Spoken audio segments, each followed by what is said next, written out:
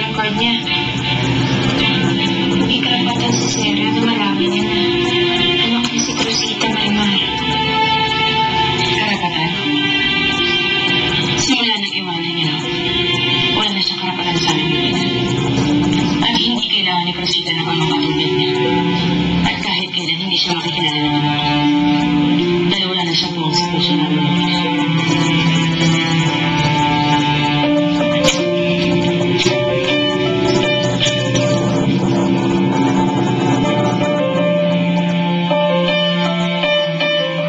Napagalante naman ni Senyor Renato. Talagang dapat galante dahil galante ko sa mga bugbog, no? Walang pangalas sa binanas ko sa kanya. Loka girl ka naman kasi, no?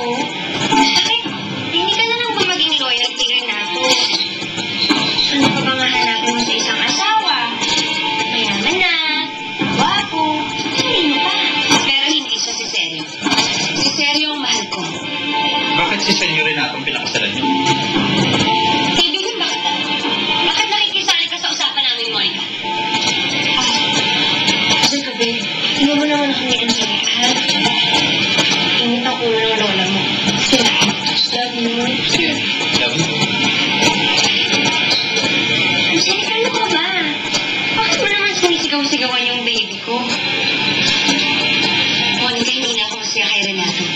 Gusto ko na sa iwan. Belia? Halika, sandali. Senior, bakit po? Galing ako sa bookstore. Ito, tingnan mo mga libro. Pinili ko para sa'yo, para maasa ka sa pagbabasa.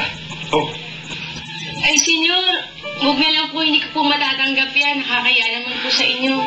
kapag tinanggay mo uli ako, magtatampo na ako sa'yo. Sige na. Alam mo, natutuwa ako sa mga taong katulad mo. Nagsusumikap para magkaroon ng magandang bukas. Kahanga-hanga ka.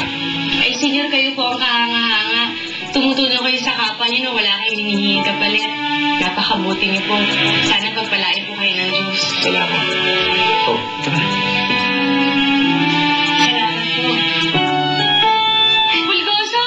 Tingnan mo, binili ako ng senyor ng mga libro. Senyor, paano naman ako? Wala ba kayong biniling libro para sa akin? Marunong din ako magbasa. Meron akong nabasa dati yung Run, Pantay, Run.